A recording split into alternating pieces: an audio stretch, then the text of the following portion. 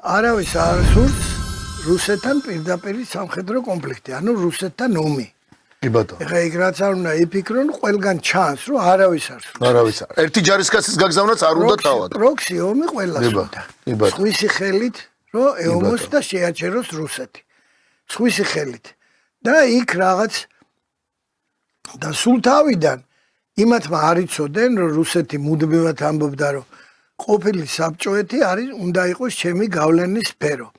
იმიტომ რომ ყოფილი საბჭოეთში განლაგებული თქვენი იარაღი ან ყოფილი საბჭოეთის ქვეყნები გაერთიანებული ისეთ ორგანიზაციაში, სამხედრო ორგანიზაციაში, როგორიც არის ნატო მაგალითად, ეს ჩემთვის არის ეგზისტენციალური საფრთხე. მე ამას ესე ვთვლი.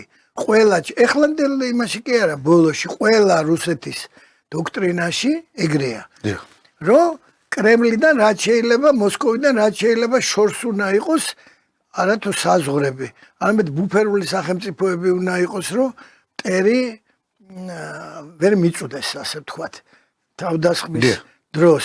იმას თავის ინტერესებია. რა თქმა უნდა, ის თავის ქვეყანას იცავს, თავის ხალხს იცავს. თulis ამ სახელმწიფოებს, რომელიც მის გარშემო არიან, ის უნდა იყოს მისი უპირატესი გავლენის სფერო, მოდი ესე ვთქვათ.